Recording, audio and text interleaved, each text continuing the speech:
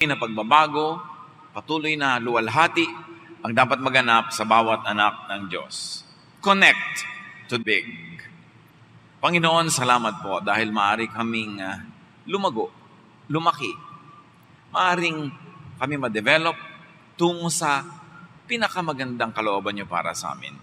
Teach us, Father, so that each day that you give us will be used for growth, so that we can reach that potential that you have given to each one of us. Kayo ang manguna ngayon, mangaral, magturo, umakay sa amin. Dalangin namin ang lahat ng ito sa ngalan ng iyong anak na si Jesus. Life could be trapped in everydayness. Yung araw-araw ganun, linggo-linggo ganun, buwan-buwan, hanggang mapansin mo, taon-taon ganun, hanggang maubos na lang ang buhay. Life could be trapped in ordinariness, in dullness. Maaaring ang buhay tuloy sa halip na exciting, sa halip na makulay, masaya, ay parang nakababagot, nakasasawa, parang wala namang nangyayari. Ecclesiastes 1, 2-4 and 8. Nothing makes sense. Everything is nonsense. I have seen it all. Nothing makes sense. What is there to show for all our hard work here on this earth? People come and people go. All of life is far more boring than words could ever say. Isang observation ni Solomon tungkol sa buhay, pag hindi mo pinag-ingatan ang paghawak ng bawat oras at araw na binibigay ng Panginoon, life could become dull, boring, colorless, lifeless. At kung minsan, itatanong mo pa sa sarili mo kung bakit ka ba nga nabubuhay pa. Kung sulit ba na ipaglabang patuloy pa rin mabuhay. Pag dumarating ang ganyang mga pag-iisip, kanino man, ay dapat suriin kung paano siya nabubuhay, paano niya iniingatan ang panahon na ipinahihiram ng Panginoon. Life could be trapped in dullness caused by lack of connection to big, to the big, to what is big, to infiniteness and eternity, to immortality, to higher meaning, purpose, vision. Pagka walang vision, walang pananaw, pangitain, walang pangarap, walang adhikain, napakadali na magmukhang walang saysay ang buhay. Pag walang misyon, walang project, especially a life project, parang nawawalan ng halaga ang bawat sandali. Isaiah 22:13, you celebrated by feasting on beef and lamb and by drinking wine because you said, let's eat and drink, tomorrow we may die.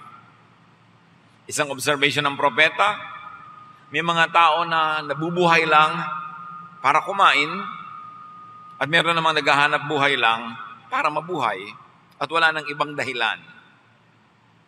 Kumakain para huwag mamatay sa gutom, nagpapahinga para maipahinga lang ang katawan at magkaroon ng lakas muli para bukas magtrabaho na naman at inuubos ang lakas maghapon sa trabaho para ikain at itulog uli, para lumakas uli at magtrabaho uli, paulit-ulit hanggang humina na ng humina, magkasakit at bawiin na ng lupa ang lupang katawan, parang walang nangyari sa buhay.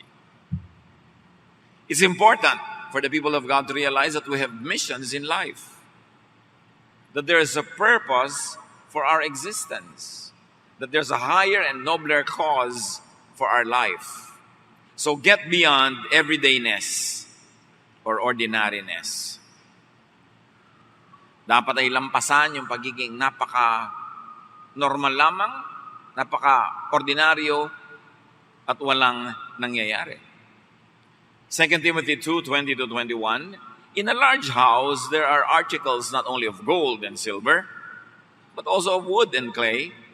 Some are for special purposes, and some for common use. Those who cleanse themselves from the latter, meaning from being ordinary, will be instruments for special purposes, made holy, useful to the master, and prepared to do any good work. Hindi kinukumpara dito ang iba't ibang talento o kakayanan ng tao. Hindi kinukumpara ang tao sa kapwa-tao. Ang kinukumpara dito ay isang tao sa kanyang sarili. Na ikaw bilang tao, bilang instrumento ng Diyos, pwede kang napaka-ordinaryong instrumento lang o pwede kang maging special na instrumento. At sabi ng Timothy, yun daw inihahanda, nililinis, dinadalisay ang sarili, gagraduate from being ordinary to being special, special instruments for special purposes. So hindi ito may taong special at may taong ordinary, hindi ganun. Bawat tao pwedeng maging ordinary at pwedeng maging special. Kaya dapat daw sinasanay ang sarili, hinuhubog ang sarili, para lumampas sa pagiging karaniwan at maging pambihira para sa ikaluluwalhati ng Diyos. So cleanse, prepare, position yourself for special purposes, for specialness. Which means we should make our day, our week, our months, our years, our life special. Nalalampas ka lang sa ordinariness. Yung laging araw-araw, yun lang ang ginagawa mo, dapat may iba pa.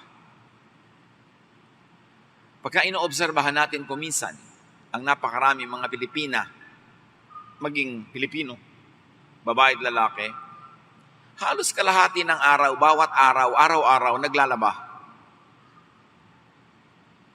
Lalo na yung mga masela na ayaw pa ng washing machine, gusto pa sariling kamay, kusot. Kalahating araw yan. Lalo ko ikukulam mo pa, may palo-palo ka pa. Pagkatapos aalmerolan mo pa, kung ano-anong gagawin mo sa damit. Tapos susut mo lang naman yun, dudumi lang yun. Ibig mo sabihin, mauubos ang kalahati ng araw mo araw-araw para lang sa damit. Tapos tumanda ka na, namatay ka na, ang accomplishment mo, naglaba ka. Hindi masamang maglaba. Magaling ang paglalaba, pero may iba ka pang dapat mas galingan. Paano ka gagaling, ginang? Paano ka gagaling, ate? Made-develop mo ang iyong balletic dance skills, ang iyong painting skills, ang iyong musical skills. Paano mo made-develop ang iyong engineering skills, ang ibang pong mga husay at galing, administrative skills kung nakatali ka sa batya? Yung sobrang luto ng luto. Pwede namang mayroong madaling lutuin. Kung bakit yung isda, dudurugin pa, tatanggalan ng tinik, igigisa pa, tapos ibabalik ulit dun sa loob ng isda, tatahiin, tapos ipiprito pa uli. Hindi ba pwedeng iihaw na lang yan para makapag-painting lessons ka, mother? Yung ang daming busisi ng buhay, although hindi masama yun kung paminsan-minsan. Pero mga kapatid, ang sinasabi natin dito, may iba ka pang calling bukod sa household chores. May iba ka pa rin calling bukod sa mamasukan araw-araw. Magbabande clock ng alas 8, magbabande clock out ng alas 5, araw-araw, para sumweldo ng kulang at kulang din naman. May iba pang dahilan ng buhay. Hindi ka nabubuhay para maghanap buhay. Naghahanap buhay ka para may kitain ka at sumobra pa yon para magawa mo pa yung higit sa bibili lang ng pagkain, magbabayad ng rent, ang mga bahayarin, kundi magawa mo pa yung mga ibang bagay na nakakapagpalaki ng isip, nakakapagpalawak ng pag-iisip, nakakapagpayaman ng kalooban at ng pagkatao. Hindi yung ano kakainin, merong araw-araw, ano kakainin natin, anong ulam natin, ano kakainin natin, anong ulam natin. Araw-araw yun ang tanong. Matthew 6:31-33. So do not worry saying, what shall we eat? Or what shall we drink? Or what shall we wear?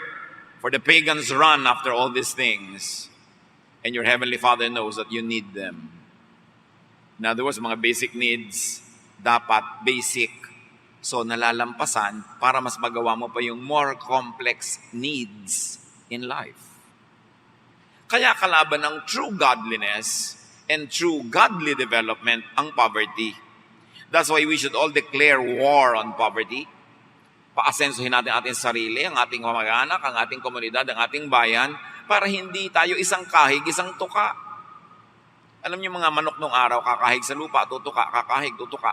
Yun ang naging symbolism ng isang kita, isang gastos, isang kita, isang gastos. Araw-araw na lang ang iniisip, ano kaya ang kikitain ko bukas para may kainin ako bukas? Magandang isipin nyo para ka mag-survive, pero dapat nalalampasan ng tao yung ganong level ng pag-iisip. Dapat namimili ka rin. Saan ba ako pupuntang museum ngayon? Sa Louvre ba sa Paris? O sa Prado ba sa Madrid? O sa Metropolitan Museum of Art sa New York? Hindi yung, ano kaya bibiling ko? Galunggong o dilis? Galunggong o dilis? Galunggong o dilis? Araw-araw. Hindi natin minamasama ang maging mahirap. Ang sinasabi natin, dapat may gawin ka para hindi ka manatiling ganyan, para yung nakatago mo pang talento at galing lumutang pa. Hindi ibinabaon ka na, inililibing ka na, hindi pa lumutang kasi puro survival lang ang ginagawa natin. Well, we should work hard. We should work smart. That you don't earn only what can be earned, but you earn more. Sobra, so that you have something to give to others at meron kang magagawa para i-develop ang iyong pagkatao. So do not focus on just the basics. Do not focus on just existence. At sabi ni Jesus sa 33, but seek first His kingdom and His righteousness, and all these little things will be given to you as well. So, sa niya mahalaga yan, yung kakainin mo, isusot mo, pero hindi yan ang dahilan, kaya kanilikha ng Diyos. Nilikha ka para maging isang tunay at kumpletong tao ayon sa kanyang disenyo. At yun ay nangyayari pag hinanap mo ang kanyang kakaharian, ang kanyang paghahari sa puso mo, na siya ang masunod, ang kagustuhan niya ang maganap, at ang kagustuhan niya that you grow from glory to glory to glory. So look up, seek greater things and meanings above your daily mundane existence and survival. Put everydayness in proportion to great dayness, in perspective to life. Yes, paminsan-minsan meron kang everydayness, pero dapat hindi in everyday. Merong parang tinatamad ka, parang walang kahulugan ng buhay, pero dapat parang hangin lang yun na paminsan-minsan umiihip at hindi nagtatagal. Dapat alam mo kung ba't ka nabubuhay. At ate, hindi ka lang nabubuhay para lagi may pang-enroll ang mga kapatid mo. Meron pa ng beyond that. Paano kung tapos na sila ng college, pwede ka nang mamatay? Dahil yun ang kahulugan ng iyong buhay. Mga magulang, hindi lang kayo nabubuhay para magpaaral ng mga anak. Dahil meron din kayong sariling buhay na dapat ipinaglalaban nyo rin na mangyari. At mga anak din naman, hindi lang nabubuhay para patuloy na laging sundin ang bawat kagustuhan lamang ng kanilang magulang kasi meron din silang sariling disenyo, sariling pagkatao na dapat mangyari. So, we help each other meet each other's basic needs and we develop ourselves so we graduate beyond those basics so that we become the fuller, the richer, the more interesting persons that we are meant to be. Si Solomon, sabi niya sa Ecclesiastes 2:3-10, I wanted to find out what was best for us during the short time we have on this earth. So I decided to make myself happy with wine and find out what it means to be foolish without really being foolish myself. Sabi niya, minabuti kong alamin kung ano ba talaga ang karapat-dapat na mangyari sa buhay na itong ubod naman ng iksi. Kaya dapat walang sayang. Sinubukan ko, nalibangin ang aking sarili sa pag-inom ng alak at maging makipagtalastasan sa mga kahangalan, although hindi ako talaga naging hangal. Ibig niya sabihin, lumabas siya doon sa kahon. Hindi lang siya lagi doon sa safe, sa usual, sa traditional. Sabi niya, may mga sinubukan ako that many people would consider foolish, but because I wanted to extend the boundaries of my mind, gusto kong buhatin yung mga bakod ng utak ko at ilubog sa mas malayong lugar para lumawak ang bakuran ng utak ko. Sabi niya, I did what many people might consider foolish, although I never was foolish. I took the risk so that I will know more. Sabi niya. So, even foolishness, sinubukan niya. Isa lang naman ang mensahe ni Solomon Hindi naman maging foolish ka, kundi do not limit yourself to safe knowledge. Do not limit yourself to what is already usual and mechanical, perfunctory to what is very, very safe.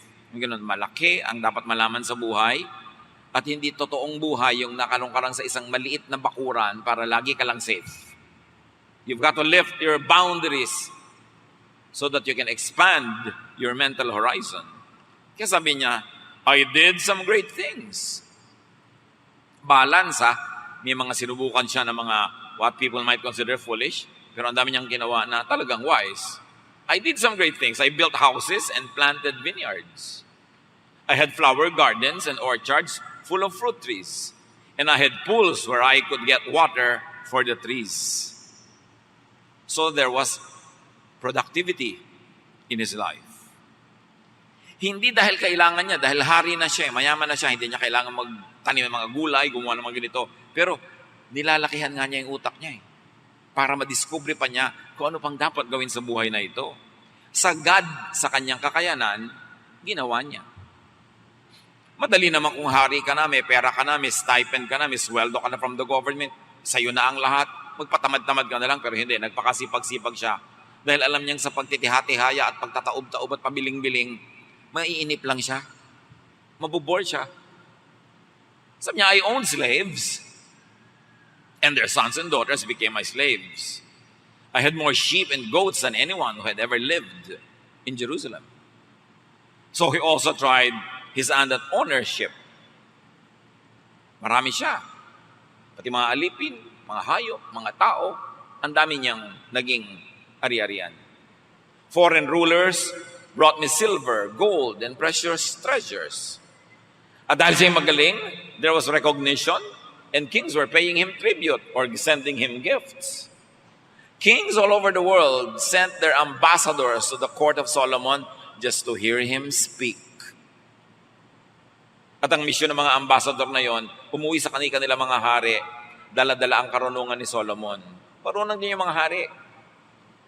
Kung hindi sila pwede maging katalino ni Solomon, nakikibahagi sila sa katalinuhan. Nagpapadala sila ng magpunta ka doon, makinig ka lang ng makinig, at i-report mo sa akin ang mga narinig mo, at siguradong may mapapala ako dyan. Hindi na kontento yung mga hari na sila'y top na sa kanilang bansa. Sinika pa nilang matuto kay Solomon. So there was a lot of enrichment. Rich na siya, nagiging rich pa. Tributes, gifts that are earned and deserved came into his treasury. At sabi pa niya, men and women sang for me, and I had many wives who gave me great pleasure. Not all of what Solomon did you can do at home.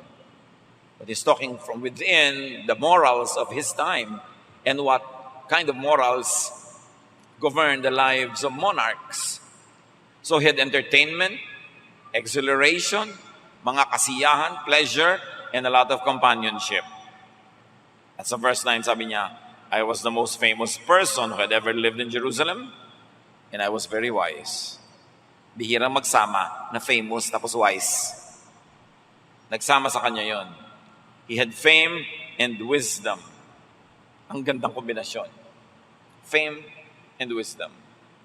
I got whatever I wanted and did whatever made me happy. But most of all, I enjoyed my work. Yan ang mga natutunan niya. Sabi niya, marami kong gusto, pinagtrabahuhan ko, nagtanim ako ng mga garden, nag-project ako. I was dispensing wisdom, kings were sending me money and gifts.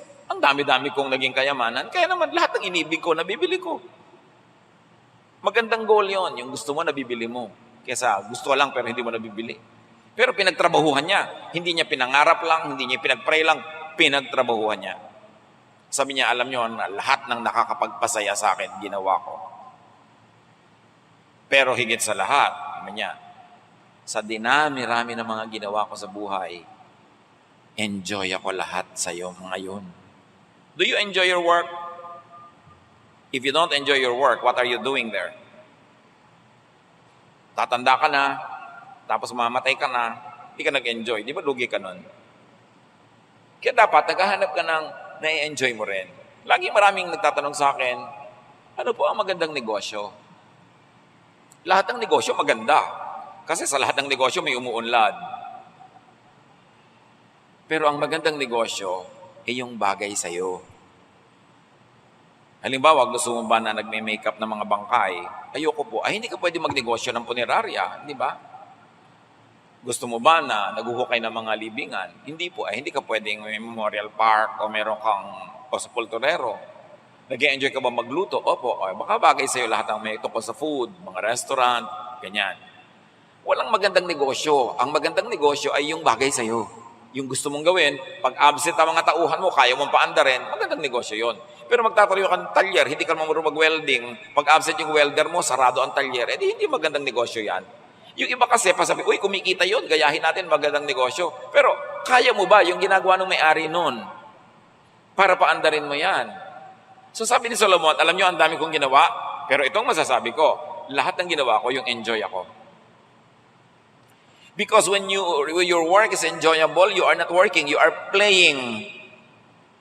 That's why you should find work that you enjoy so that all your life you don't work, but you play. Pero kung araw-araw ang bigat-bigat sa dibdib mo, papasok ka na naman, kakasakit ka niyan. Alam niyo yung mga inis, mga pagtitimpi, yung mga himutok na sinasarili, nagiging sakit. Kaya dapat hahanapin mo kung saan ka masaya. Mga magulang, encourage natin ating mga anak kung ano yung karir nila sa buhay, yung kung saan sila masaya, hindi kung saan tipak ang kita. Kasi kahit tipak-tipak yung kita, tipak-tipak din yung puso nila, hindi naman sila masaya. Ganun ba ang buhay na gusto natin para sa kanila? Pero, hindi ko mo enjoy ka, ibig sabihin hindi ka kikita na malaki. Kasi pag enjoy ka nga, you put your heart and soul into it and you give your best, all the more that you have the chances to be the best, to achieve a lot, to earn a lot. Kaya dapat isipin mo, enjoy ba? Yung pipili ka ng mapapangasawa, yung mayaman o yung masarap kasama, yung tawa ka ng tawa, doon ka na sa tawa ka ng tawa kahit ang kinakain mo rin yung gulay na tawa-tawa. Kasi ang dami-dami yung pera pero ang haba ng mukha mo, nakasimangot ka. Eh ngayon kung mayaman na, tawa ka pa ng tawa, aba, huwag mo nang papawalan yan. Diba? Pero hindi lang yung kasi mayaman, kasi guwapo, kasi maganda. Eh, masaya ka ba? Ang mahalaga sa buhay, masaya. Hindi ibig sabihin na mayaman, hindi masaya. Pero hindi man ko mamayaman, ay masaya na. At hindi naman ko malungkot, masaya. Eh, mahirap, eh, masaya din. Kaya tinitingnan mo, saan ka ba sasaya? Sabi ni Solomon, I enjoyed all of it. And that's what is important in life. Yung enjoy ka. Ang dami-dami rin tatanong, saan church po ba ako magme-member? Eh, di doon ko saan ka-enjoy. Enjoy ka ba ng mukha kang bangkay? Lagi ka naka-long sleeve, laging serious, may bulak sa ilong. Maraming ganun churches. Join. Meron enjoy ka ba na medyo relax ka lang, cool ka lang, hang loose ka lang? Meron din ganun. Saka enjoy. Kasi isa lang ang Biblia, isa yung Diyos. Pero iba-iba yung enjoyment mo. Doon ko saan ang ka-enjoy. Pareho lang yun. There should be satisfaction in life. Ito hindi pa science, pero kutob ko lang, maraming cancer ang pinagmumulan, himutok, kabiguan, at inis na hindi maibulalas. Kasi pag ino-obserbahan ko yung maraming kilala ko na nagkaka-cancer, ganun. Kung minsan inis na inis sa asawa, nagka-cancer. Minsan bigong-bigo sa buhay, yung gusto niya, hindi niya magawa. May common denominator. Hindi lahat, may exemption. Pero dapat ang tao kasi masaya. Nilikha tayo ng Diyos para masaya. Search for and enjoyment of happiness is what characterized the life of Solomon. Naghanap ng kaligayahan, kinayang magpakaligaya dahil pinagtrabahuhan, in-enjoy ang trabaho, yung project, yung mission niya sa buhay, eh di malalim ang nangyari sa kanyang buhay. So go above and beyond survival. Go beyond maintenance. Go above and beyond poverty. Ang dalangin ko at wish ko para sa lahat, huwag namang sumweldo lang ng minimum wage. Ang linaw na nga ng description, minimum. Diba? Dapat maximum. Because you should grow from glory to glory. Mga employers, kung kaya naman ang negosyo, kumikita naman kayo, huwag naman kayo magpa-minimum wage. Dahil kayo lang yung happy, yung mga tao hindi. Araw-araw swimming kayo ng swimming sa pawis ng iba. Di ba? Kailangan, kung kaya ninyo magpasweldo ng malaki, lakihan nyo. Dahil kung natutuwa ay sa inyo ang Diyos, sino naman makakapigil sa Diyos na lagi pa kayong payamanin? Pero pag hindi natutuwa sa inyo ang Diyos, sino makakapilit sa Kanya na pagpalain kayo? Basta kaya, magdagdag pa ng ibibigay. Kasi ang isang taong empleyado mo, may umaasa sa kanya na siguro 3 o 4 na tao pa. Pag pinagkaitan mo siya, may 3 o 4 pang nadadamay, pero pag binigyan mo siya, may 3 o 4 pang umaangad sa buhay. Be generous. As long and as much as you can. Binibigyan tayo ng Diyos, hindi lang para natin sarilinin, kundi para tayo ay maging agents of multiplication.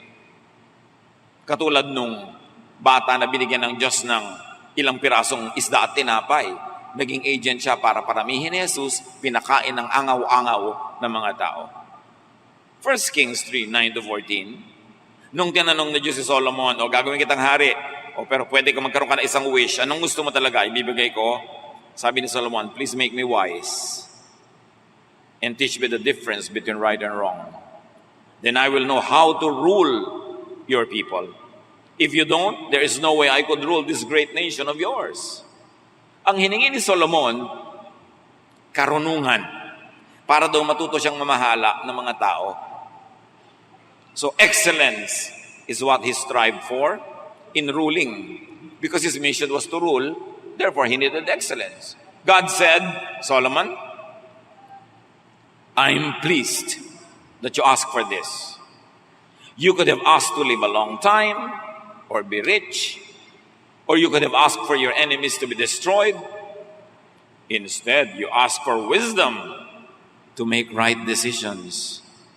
So, I'll make you wiser than anyone who has ever lived or ever will live. Yun ang bigay ng Diyos kay Solomon, karunungang hindi matutumbasan ng lahat ng isinilang bago si Solomon at isisilang after Solomon. That's why the teachings of Solomon should be given great importance. Because siya lang ang pinatalino ng Diyos, higit kanino man. This is big. Malaki kasi ang hiningi niya, karunungan. Kung pera, hindi malaki. According to God. Kung destruction of his enemies, hindi malaki. Pero na-impress ang Diyos sa hiningi ni Solomon. Wisdom, ang galing mo naman. I'm going to give you that. Ibibigay ko sa iyo dahil natutuwa ako sa hiningi mo. Verse 13, I'll also give you what you didn't ask for. You'll be rich and respected as long as you live, and you'll be greater than any other king. If you obey me and follow my commands, as your father David did, I'll let you live a long time. Ang daming bonus na binigay ng Diyos dahil natuwa siya sa hiningi, wisdom. Bakit mahalaga ang wisdom sa Diyos at sa lahat ng maka-Diyos? Mga kapatid, ang size ng mundo, ang size ng bahay, ang size ng buhay, depende lang sa size ng iyong utak. Pag malawak ang utak mo, malawak ang mararating ng iyong buhay, ng iyong pananaw, ng iyong pagpapahalaga, pero kung maliit at makitid ang utak mo, liliit at kikitid din ang iyong mundo at kawawa ang lahat ng tao under your influence and power dahil ikukulong mo sila sa isang maliit at makitid na mundo na ang hangganan, ang bakod, yung bakod ang iyong bungo. Anybody who will go far must first expand their minds. Kaya mahalaga yung pinaparunong ang isip, dinadagdagan ng alam, laging nagtatanong, laging nakikinig sa nagsasalita, lalo't marurunong kasi may mapapala ka. Bawat taong marunong nakausap mo, pinapalaki ang iyong utak. Pero kung kausap mo ay makitid ang utak at na-influence ka, kikitid ka rin. So si Solomon, ang journey niya, from big to much bigger. And take note, it could be from small to much smaller to nothing. But he made the right choice. He wanted to be wise. Parang yung mga ibinigay ni Lord na talents, yung binigyan ng malaking puhunan, napalaki niya, binigyan pa siya ng lalong malaki. Yung binigyan ng maliit na puhunan, hindi niya pinatubo, hindi niya ininvest, binawi sa kanya. Wealth and fame, these are only byproducts of pleasing God by being wise. So connect to big. To the big, to what is big. Of course, that is God. And the real meaning of righteousness and heaven, hindi lang yung mga lugar na nasa likod ng mga ulap-ulap, kundi yung pagharian ng Diyos ang puso mo, yung isip niya, maging isip mo, yung kalooban niya, maintindihan mo at masunod, lalaki ang iyong mundo, you expand the kingdom of God. 1 Corinthians 9:24-27, you know that many runners enter a race, and only one of them wins the prize. So, run to win. Hindi ka naman sumasali sa karera para matalo eh. So, gagawin mo ang lahat para ka manalo. At ang karerang ito mga kapatid, hindi karera against other people, but karera against your own self. Dapat matalo mo ang iyong mga kahinaan, matalo mo ang iyong mga kamangmangan, mga kakitiran, para ikaw ay panalo sa sarili mong buhay. Kasi pwedeng matalo ka sa sarili mong buhay. Hindi kailangan matalo ka ng iba, at hindi kailangan talunin mo ang iba. Ang kailangan mong pagwagian ay ang kakitiran, kababawan, kaliitan ng isip. Aim for big. Athletes work hard to win a crown. Hindi ka sumasali sa competition para lang matalo at hindi ka nabubuhay sa mundong ito para lang matalo. Ng sarili mong weak side, dapat manalo yung strong side mo para ikay panalo. Not against other people, but against your own weaknesses. Work hard to connect to the big. How do you connect to the big? You connect to big ideas and minds. Ang batang si Jesus, nung nagpunta sila sa piyesta sa Jerusalem, nung siya ay 12 years old, nawala siya. Nag-uuwian na lang lahat sa Galilee, nawawala pa siya. Nung bumalik ang kanyang mga magulang na Mary and Joseph to the city to look for him, kung saan-saan siya hinanap, 3 araw, doon lang siya nakita sa templo. Ang mga kausap niya, mga pantas, mga philosophers, mga theologians, mga propeta, mga scholars. At sabi ni Mary, anak, unfair ka naman. Hirap na hirap kami maghanap ng tatay mo sa'yo kung saan-saan. At sabi ni Jesus, bakit naman po kung saan-saan kayo naghahanap? Hindi nyo ba alam na dito nyo ako matatagpuan? Kung nasaan na matatalino? Alangan namang hanapin nyo ako sa kasino. Alangan namang hanapin nyo ako sa palengke. Alangan namang hanapin nyo ako sa mga kalye-kalye. Although hindi naman ibig sabihin na nandun ay masama yung tao. Pero sabi niya, kilala nyo ako. Alam nyo ang hahanapin ko ay katalinuhan, paglaki ng utak, spirituality. So sino kaya ang kakausapin ko kundi ang mga matatandang ito na mga hangang-hanga sa kanyang mga kausap niya dahil ang tang niya, ang galing. Nakikinig siya, ang talino niya. Kayo, sino lagi niyong kausap?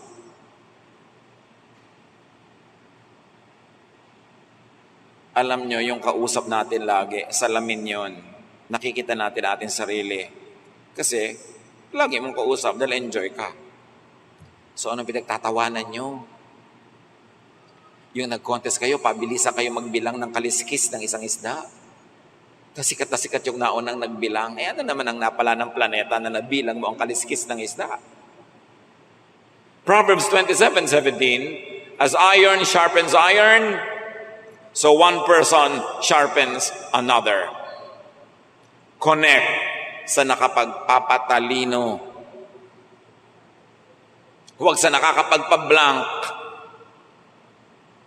Pipili kayo ng kakausapin. Yung pagkatapos yung mag-usap, uuwi ka. Sabi mo, uy, may natutunan ako maganda. Uy, tumalino ako. Hindi yung ayaw niyong kausapin yung matalino dahil nosebleed.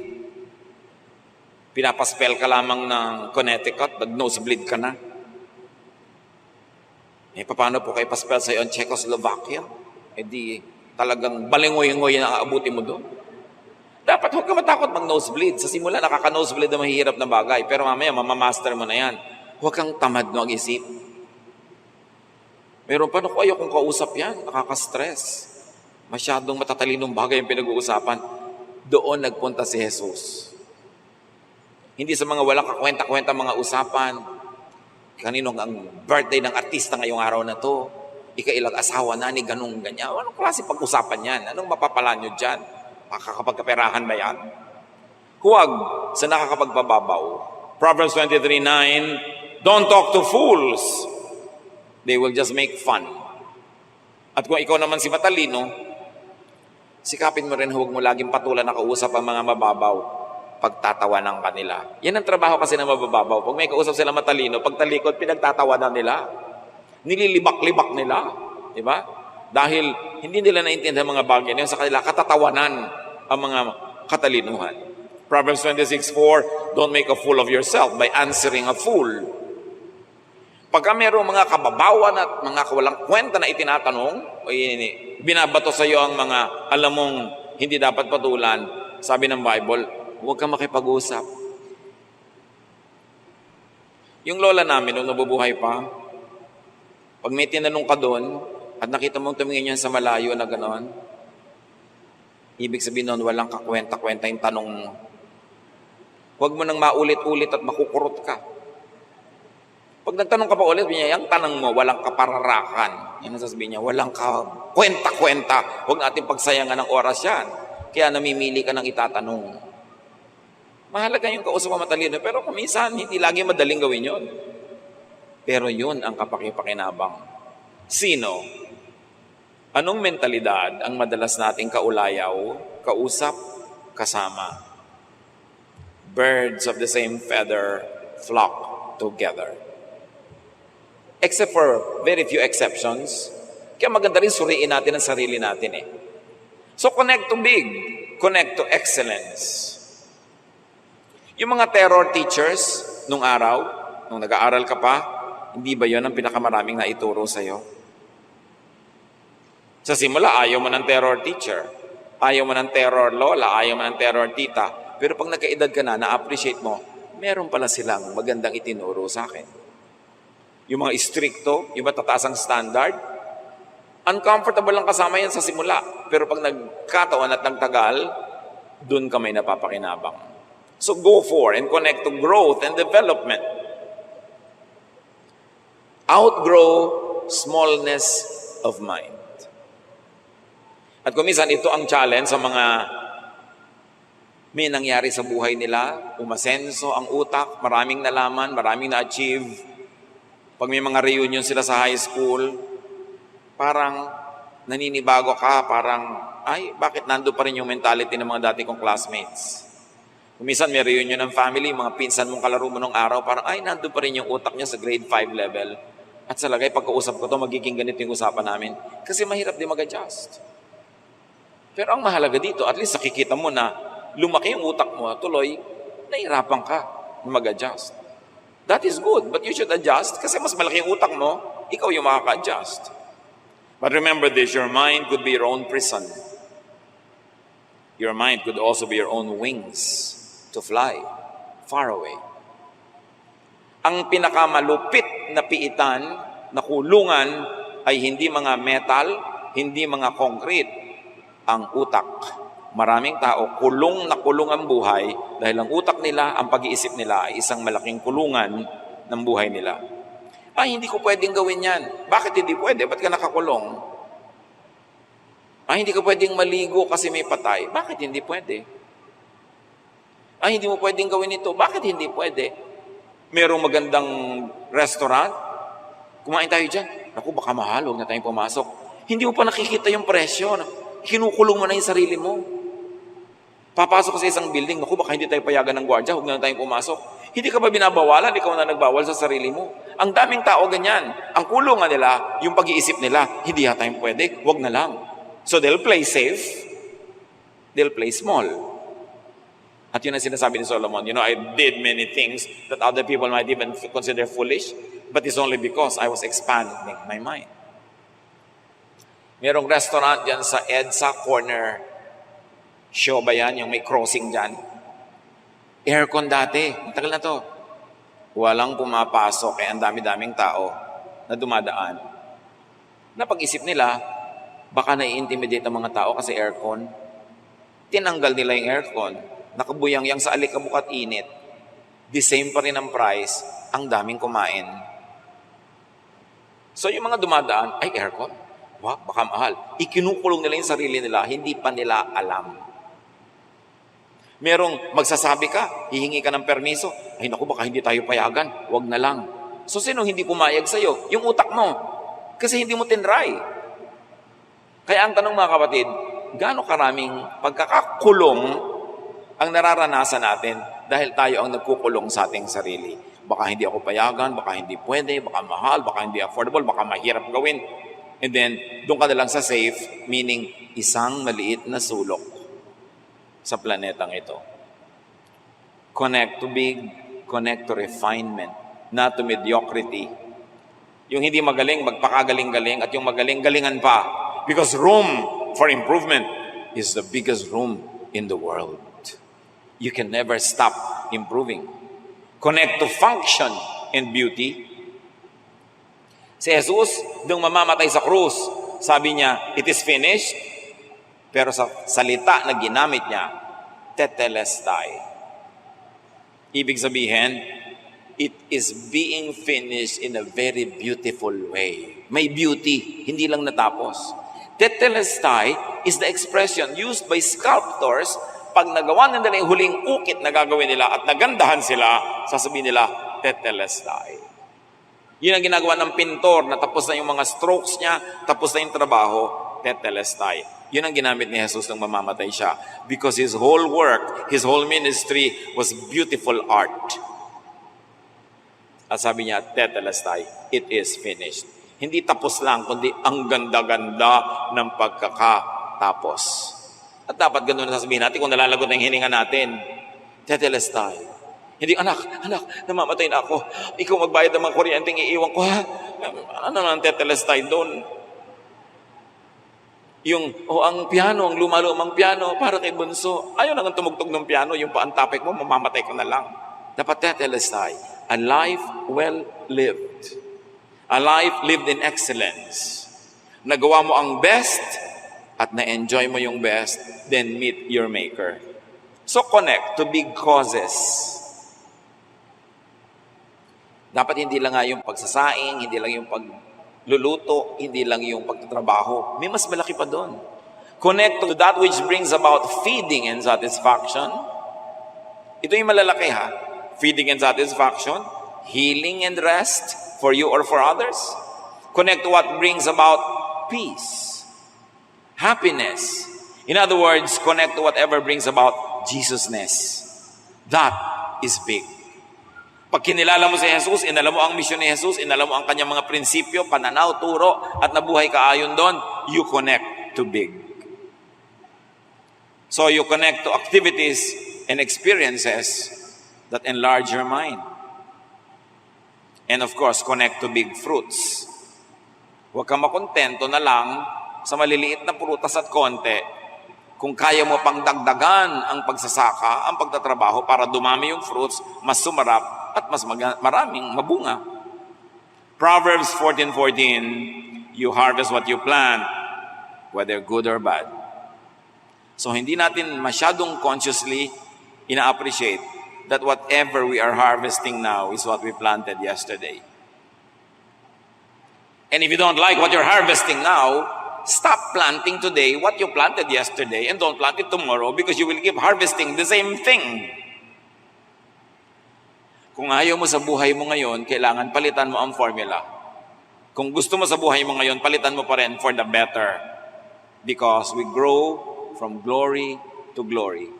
Pero wala kang pwedeng mapalitan na bungang inaani kung hindi mo papalitan ng pagtatanim, paraan ng pagtatanim, at butong itinatanim. Go for big. 2 Corinthians 9:6. Remember the saying, a few seeds make a small harvest. But a lot of seeds make a big harvest. You want a big harvest? Plant big. Go for big. Your life is precious. Life is short, but it's always long enough for greatness, for the big, for satisfaction, for happiness. Don't go for anything less. God designed you to be an outstanding person, to achieve the best within your field, not to compare yourself with others, but to compare yourself only with your past achievements. God wants you big. God wants you happy, but you've got to do your part. Be wise. Ask for wisdom. Continue to enrich your mind and work. And the Lord is going to bless you with growth beyond your imagination. Sabi sa Bible, what God has prepared for you is beyond what you have already seen and heard. It is even beyond your imagination. It never even occurred to you. Maganda ang plano ng Diyos, pero kailangan sumunod ka sa Kanyang method. Dear Lord, teach us. Teach us, Lord, to continue to grow. Huwag kami maghintay na lang ng kamatayan kahit may edad na kami. Meron pa kami magagawa, meron pa kaming misyon. Marami pa kaming pwedeng ma-achieve. At lalong-lalo kung batang-bata pa, dapat hindi kami nabobore. Dapat lagi kaming nananabik bawat araw, bawat gawin na may gagawin, meron kaming project. Lord, give us this spirit. Teach us to be wise to make the most out of our days. Pag-isipan kung anong halaga nito sa ating mga buhay, manahimik sumandali sa presensya ng Espiritu ng Panginoon.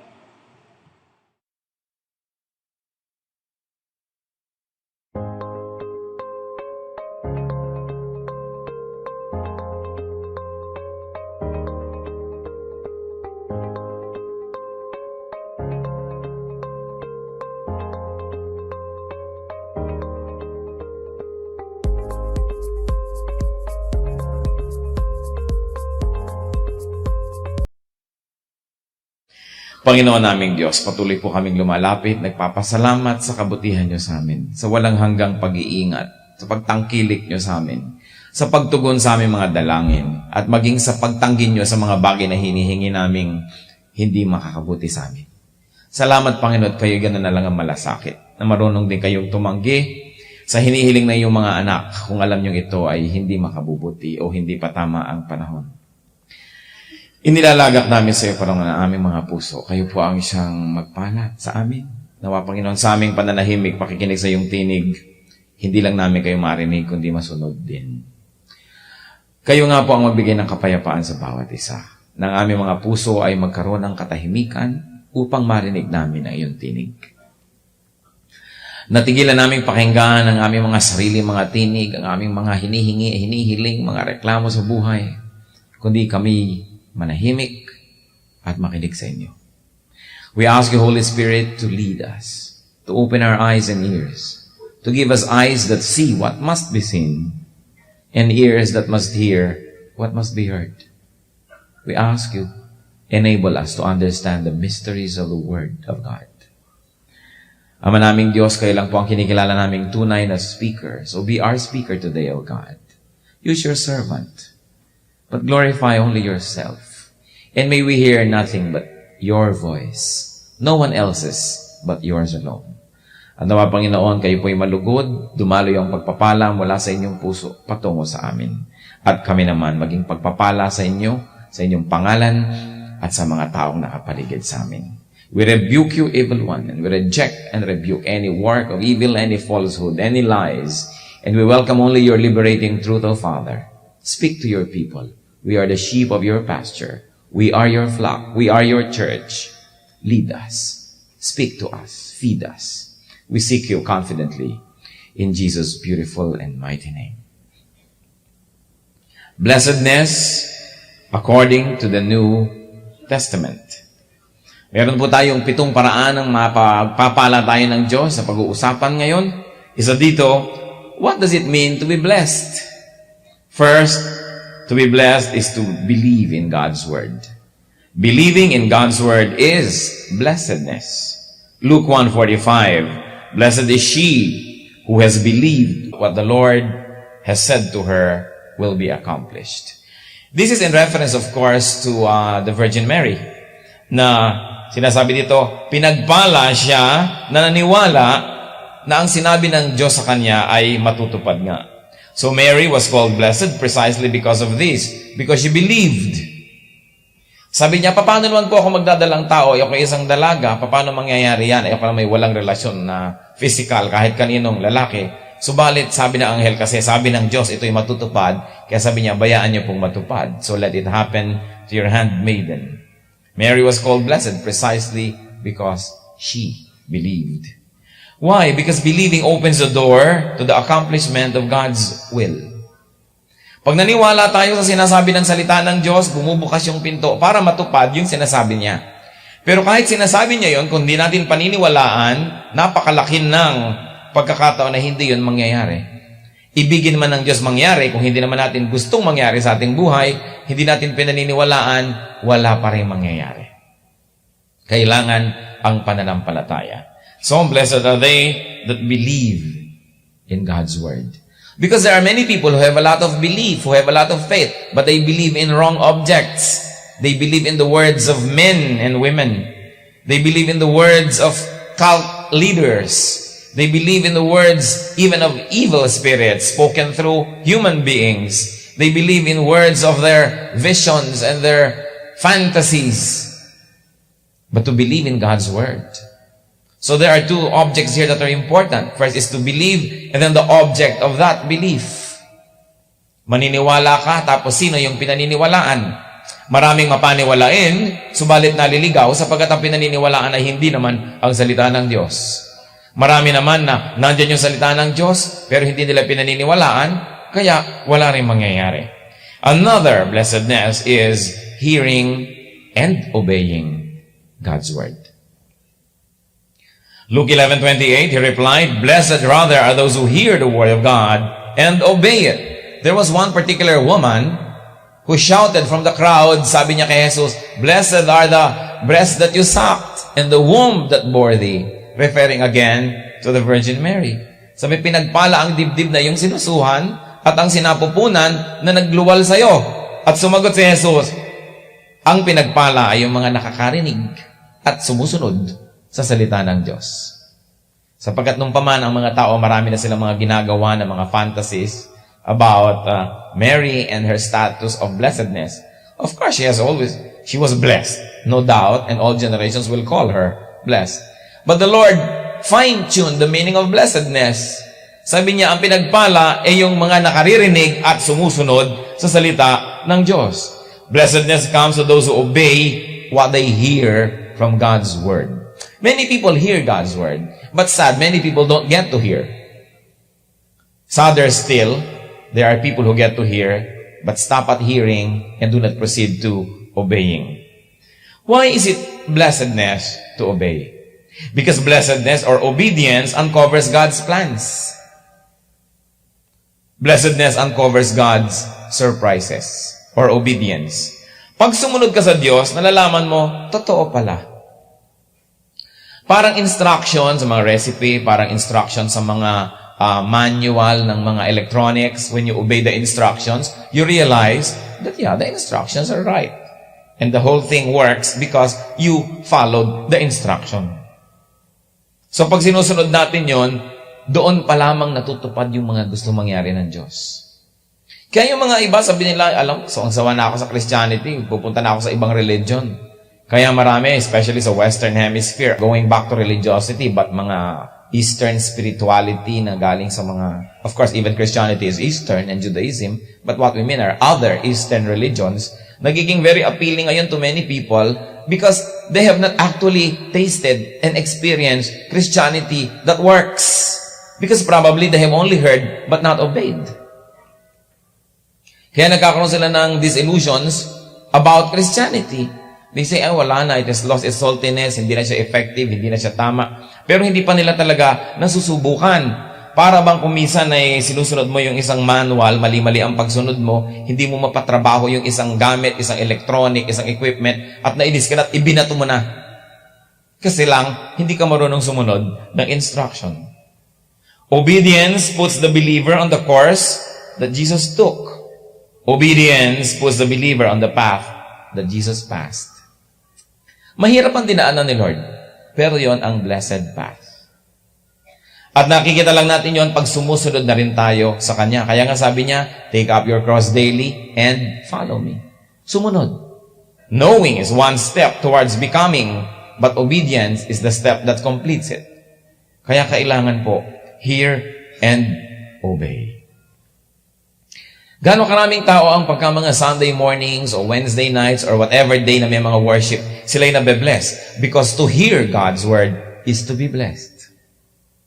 And then, to obey what we hear is to be blessed even more. So dalawa na po tayo, hearing and obeying God's word. There's another blessedness that the New Testament focuses on, and that is being forgiven. Romans 4:7 and 8. Blessed are they whose transgressions are forgiven, whose sins are covered. Blessed is the man whose sin the Lord will never count against him. Isang pagpapala daw. Ang pinagpapala ay yung mga pinapatawad ng Diyos. Yung mga nakakaranas ng pagpatawad ng Diyos. Hindi yung sinisikap nila na mabili ang kapatawaran ng Diyos sa pamamagitan ng suhol, ng mga merits.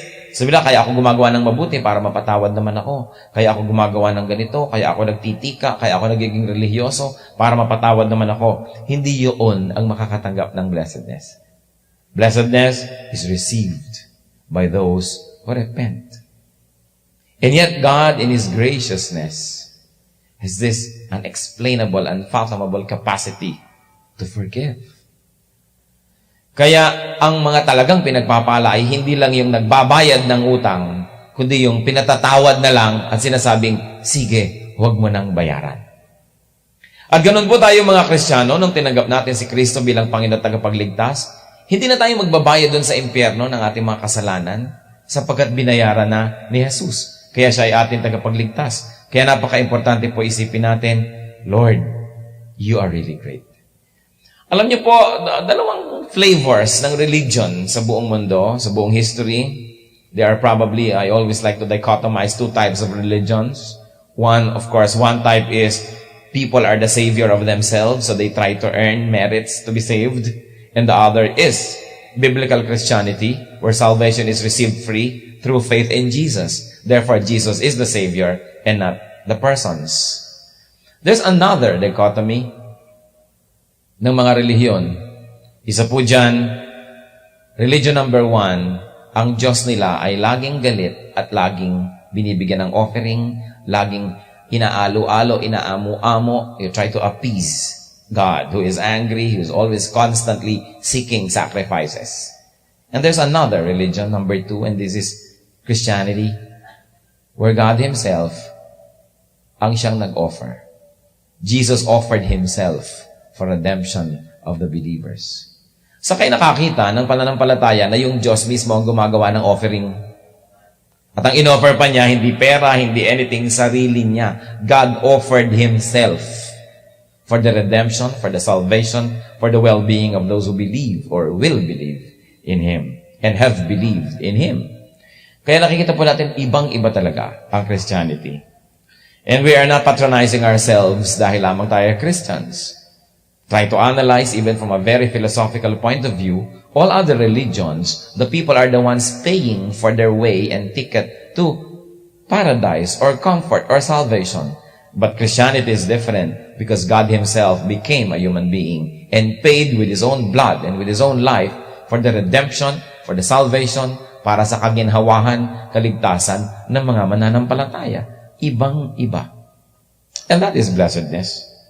People who try to earn merits, people who try to earn religious points by sacrificing, by doing all kinds of self-inflicted pain, they only wear themselves out and they may even incur God's wrath. Marami po mga sakripisyo, walang nangyayari, walang katuturan. Hebrews 10:11, referring of course to this perfunctory and mechanical sacrifices in the temple. Day after day, every priest stands and performs his religious duties. Again and again, he offers the same sacrifices which can never take away sins.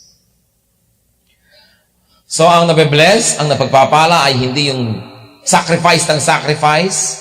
Although, of course, godliness entails unique sacrifices. But these are sacrifices because you are already blessed.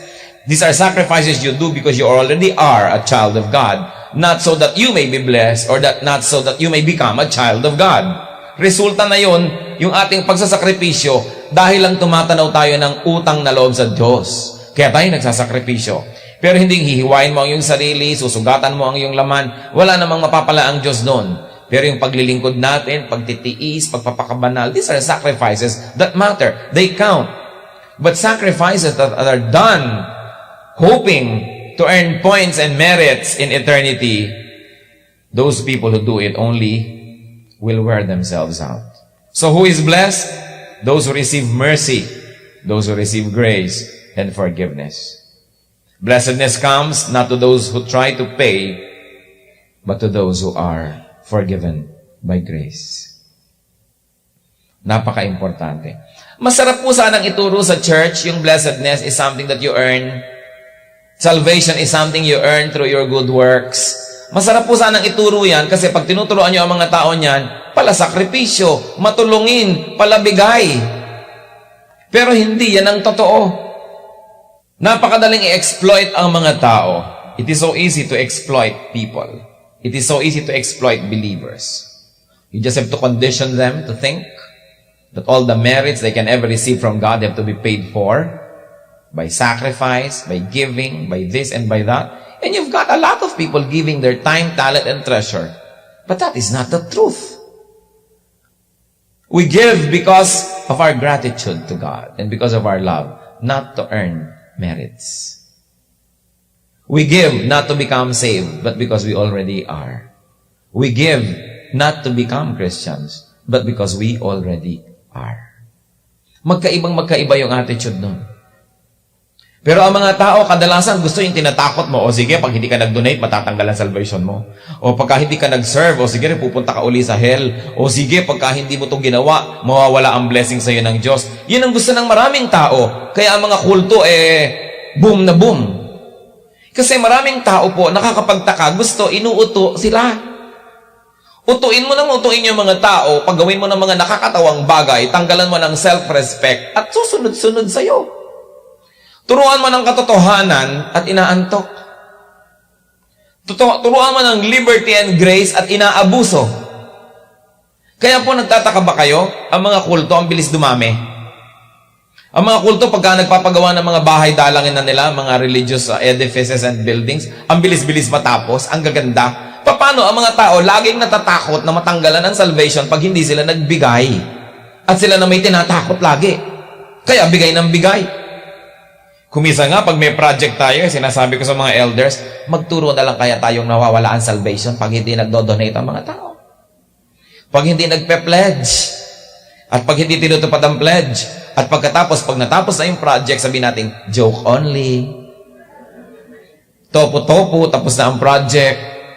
Kasi ang mga tao, sobrang kampante sa kanilang salvation, sobrang kalpante. Samantalang yun ngang nakakatiyak ng salvation nila. Yung nakakatiyak ng kabutihan ng Diyos at nakakatanggap nun, yun ang lalong dapat mas matapat. Yun ang dapat tinatanawan ng utang na loob, yung kabutihan ng Diyos. Subalit, naaabuso, nababaligtad ng iba. May kausap pa nga ako kahapon. Sabi, alam mo, hindi na ako nagsiserve to.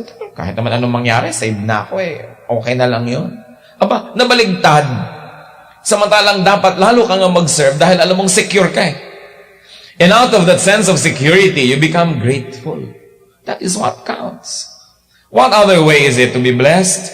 Living in righteousness. Romans 14:22. Blessed is the man who does not condemn himself by what he approves. Gusto ko pong namnamin nyo yung verse na yan. Pinagpala ang tao na hindi hinuhusgahan at winawasak ang kanyang sarili sa mga bagay na kanyang pinapayagan. It's very, very profound. We must clearly draw the line between right and wrong. So according to this verse, it is implied that there are people who destroy themselves by what they approve. Pagka alam mo na may mga kaibigan ka na nabubuhay sa kasalanan, tapos sabi mo, okay lang yan, you are actually condemning yourself. Pagka alam mo may nagnanakaw, tapos sabi mo, hindi bali, maganda naman ang layunin mo You are condemning yourself. Pag may gumagawa ng mali, huy, okay lang magsumamba ako dito sa mga puno ng bayabas, okay lang yan, ganyan talaga, kanya-kanya lang yan You are condemning yourself. Pag tayo ay nag-a-approve ng mga bagay that God disapproves, we condemn and judge ourselves. Kasi gusto natin ganyan parang lalabas tayong, okay naman yan, broad-minded yan Yung kasi matalino, maunawain, siya ay cool. Yun ang gusto natin mga taong cool. Kadalasan, ibig sabihin ng cool, okay lang sa'yo kahit patungo sa impyerno ang lahat ng tao, cool ka. Hindi cool yun, that's very hot. Patungo kang impyerno, paano ka naging cool? Pero ang mga tao kasi gusto nila yung mga okay lang yan, sige lang, naiintindihan kita. Hindi sapat yon. Don't condemn yourself by what you approve. Tiyakin ninyo na ang ina-approve nyo mga kapatid, yung ina-approve talaga ng Diyos. At yung disapprove ng Diyos, dapat disapprove natin yon. Wala naman tayong sariling standard. Tayo ay sumusunod lang sa Diyos. Tayo ay nakikinig lang sa Diyos. At ang Diyos lamang naman ang talagang dapat nating sundin. Pag sinabi niyang no, no tayo. Pag sinabi niyang yes, yes tayo. Pag maybe ang Diyos, maybe din tayo. Kadalasan naman, hindi ganun ka-clear yung stand eh. Clearer pa yung tao kaysa doon sa scripture. Mga gray area, meron talaga eh. So, you don't say less than what God says, but you don't say more than what He says. Stick to scripture. When scripture is hanging on this subject, you remain hanging. Don't put a period on it because chances are you will make a mistake. Yung iba naman overzealous, mas mahigpit pa sa Diyos. Yung iba naman, mas maluwag pa kaysa sa Diyos. Kung ano lang yung standard ng Diyos, dapat yun ang standard natin. Do not try to be politically correct, but morally wrong. Kadalasan kasi ngayon, people are obsessed with being politically correct. Never mind if it's morally wrong. Wrong is wrong, right is right. No matter what time or place. And we should make a clear stand. Another blessedness, of course, is persevering in godliness.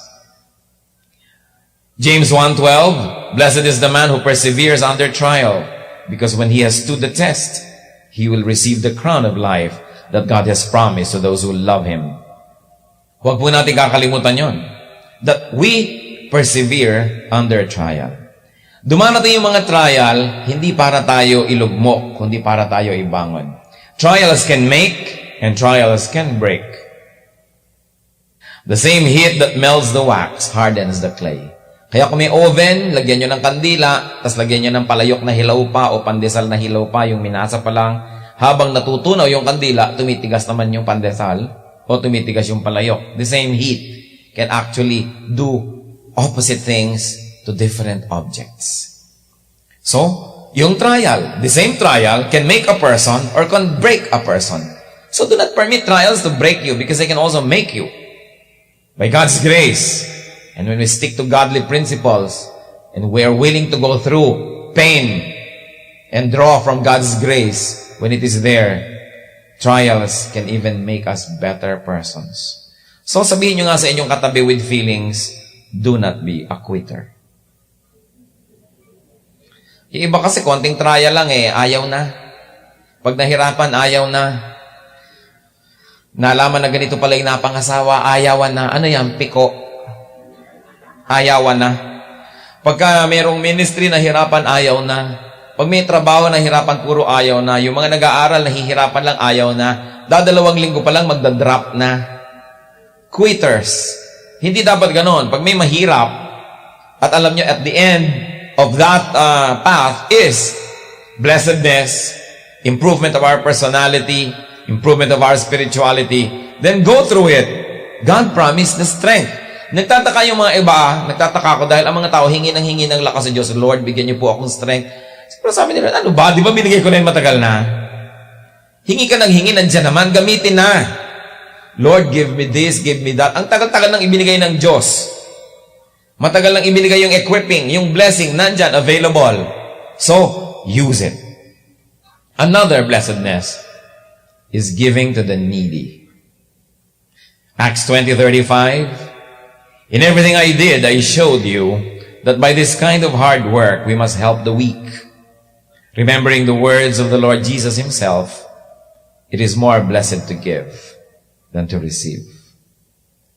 When one opens the door, the outward door to give to others, an inward door opens to receive blessings from God. The shortest way to be blessed is to be a blessing first to others. Pag binubuksan natin ang pintong papalabas, ang grasya patungo sa iba, may isang pinto na bumubukas papasok, na pumapasok ang grasya mula sa Diyos. Alam niyo yung mga taong hindi nagbubukas ng pinto dahil baka may lumabas patungo sa iba, yung pinto rin nila na pasukan ng grasya, hindi rin nagbubukas. Kaya hindi nakakapagtaka na inaamag na, lumang-luma na yung mga old blessings, wala pang bago. Your hands must always pass on to others the blessings that are in your hands so that your hands will be free enough to receive fresh blessings. Kaya naman walang dumadating na bago, hawak natin, yakap-yakap natin yung mga lumang-luma na mga pagpapala. Bitawan nyo yan para magkaroon na tayo ng kamay na pwede na namang tumanggap ng bago. Napakahalaga po, central to Christian ethics, yung pagtulong sa mga kawawa. helping the needy, the poor. Or when you say, I'm poor, then helping the poorer. Kasi marami ang excuse, kasi ako'y poor. Plus may poorer pa sa'yo. There's always the greater and the lesser person. Kaya hindi tayo pwedeng maubusan ng tutulungan. Kung meron po tayong natatanggap na pagpapala, mga kapatid, huwag niyong isipin inyo lang yon. Dapat merong portion ng pagpapala na natatanggap natin, ibinibigay natin sa iba. Kaya maliit, kaya malaki yung pagpapala. Work by percentage. When you say, okay, Lord, whatever blessings I receive from you, I will give what? 10, 15, 20% to persons who are more needy than I am. Hindi mo sasabihin sa akin nga kulang pa kasi kahit katabunan ng isang truck na pera, kulang pa rin yun Wala namang taong kasya ang pera Lagi ang kulang. Ang pagbibigay sinusukat hindi sa ating kasobrahan, kundi sa ating kakulangan. Nakakapagbigay ka pa. Yun ang Kristiyano. And think of people. We're surrounded. Kumisan, mga masarili magkakapatid. Yung kapatid mo ang hirap-hirap, tapos ikaw lang yung meron. Yung anak mo, ang ganda-ganda ng itsura, tapos yung mga pinsan, mga mukhang yagit. Parang kapintasan mo rin yun, kasi pamangkin mo rin yun Di po ba? Kung ang ayos-ayos ang itsura ng mga anak mo, tapos yung mga pamangkin mo, mga mukhang hinugot sa kung saan, actually, kapintasan mo rin yun. Mapipintas sa kapangan ng iba. Ano ba naman ito? Yung anak niya, sobrang naaalala, tapos yung mga pamangkin at mga kung ano-ano, hindi na. So, kitang-kita mo pa yung difference lalo na. Dapat tinutulungan din natin yon. Ang pagpapalang ibinibigay sa atin ng Diyos, hindi lang yan para sa atin. Tayo ay mga custodians, distribution centers, tagabigay din. And the moment you stop this flow of blessings from God to you, then through you to other people, the incoming blessings may altogether be stopped. Pero siyempre, uli na naman, hindi tayo nagbibigay para lang bigyan tayo uli ng Diyos. Nagbibigay tayo sa iba, dahil tumatanaw tayo sa Diyos ang utang na loob, at ang Diyos na nagmamahal sa atin ay nagmamahal din sa ibang tao. At dahil mahal niya rin yun, mahalin din natin. Napakahalaga na blessedness. We keep only what we give away. And finally, number 7, ano pa po ba ang isang blessing from the New Testament? Reading prophecy, meaning reading the Revelations. Revelations 1:3, blessed is the man, the one who reads the words of this prophecy. And blessed are those who hear it and take to heart what is written in it. Ang hirap maintindihan niyang revelation, hindi siya madaling basahin, pero malinaw ang sinabi ng anghel, pinagpapala ang mga nagbabasa, umuunawa, at sumiseryoso sa laman ng aklat na ito. And when people study prophecy, when they study the revelations, guided by the Holy Spirit, and by the other books of the Bible, and by historical reading and guidance of the church, then you get to know the general framework of how things will become. Then you don't get seduced by all of these exotic ideas of end-time prophets. Tatandaan nyo lang yung mga simpleng mga guidance na sinabi ni Lord, ang kanyang second coming, walang nakakaalam ng petsa, ng araw, darating na lang. So alam nyo agad, pag merong naglagay ng petsa, may nag-assign ng date o schedule, fake yun. Huwag na kayong masyadong malito, hindi nyo na kailangan maging matalino, hindi nyo na kailangan maging theologian. Si Jesus, sabi niya, no one knows. Not even the angels, not even the Son, no one knows. So when there's somebody who knows, that somebody is a fake. Even if he could raise the dead to life or can make the lame walk or the blind see, do not be seduced, because that is a direct contradiction to what Jesus said, that no one knows. That the second coming will come like a thief in the night. So when somebody assigns a schedule, a date, a year, a month, a day, an hour, immediately you know, hindi ito totoo, huwad. Pag kami nagsabi ng oras, araw, buwan, kung kailan babalik si Jesus, huwag kayong malito. Sinabi ni Jesus, walang nakakaalam. Pagka meron ng mga ipinagpe-pray na gumaling nga, pagka meron mga konting hula-hulang natupad, pag magaling magsalita at magaling magganito at magganon, paniniwalaan na nila lahat ang turo, hindi na chinecheck yung Bible. Pag wala na sa Bible ang sinasabi, huwag na kayong maniniwala. Tao mga kawawa. people are in such a pitiful state, so hopeless and so ignorant that they would embrace any kind of teaching. Kaya kailangan pinag-aaralan ng salita ng Diyos. So, paano po ang ating mga blessedness sa New Testament? Definitely, mas marami pa. But, blessedness, according to the New Testament, is believing in God's Word, hearing and obeying God's Word, being forgiven, living in righteousness, persevering in godliness, giving to the needy, and reading prophecy and understanding it, and not being seduced by unbiblical teachings and teachers. Brothers and sisters, let us seek real blessings, not just cheap thrills, not just superficial well-being, not just temporary comforts. Sabi ng Colossians 3:1 and 2. Since then you have been graced with Christ. Set your hearts on things above, where Christ is seated at the right hand of God. Set your minds on things above, not on earthly things. Heavenly Father, salamat po at maraming mga blessings na available to your people.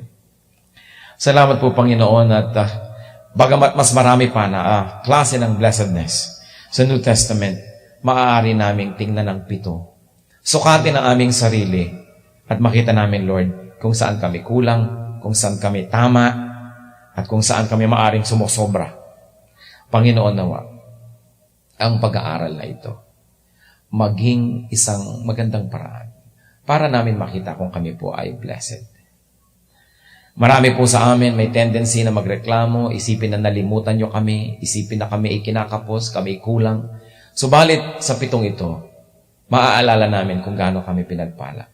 Na kung kami nakakarinig ng iyong salita, yun ay pagpapala na. Na kung kami naniniwala at sumusunod, lalo namang pagpapala na yun. Kahit na nga po ang pagsunod, kuminsan ay mahirap, kuminsan temporarily disadvantageous sa amin, kuminsan ang pagsunod, nagmumukhang nadehado kami, pero tama kayo't lagi kayong tama na ang sumusunod sa inyo, blessed. Kaya Panginoon, lalo nawa naming maalala na tuwing sumusunod kami sa inyo, kahit walang immediate benefits, walang immediate visible benefits, maniwala pa rin kami na kami pinagpapala. At Panginoon, sa mga larangan na kami nagkukulang, patuloy niyo po kami, Panginoon, paalalahanan at patawarin. At nawa, Panginoon, ito'y mapunan sa pamamagitan ng aming pananalamin sa oras na ito. At nakita namin ang aming mga kalagayan.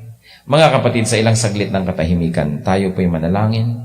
Let us pray individually to God silently and thank Him for the areas where we are blessed and contemplate on areas where we may be lacking in blessing because we lack the necessary obedience to God's Word.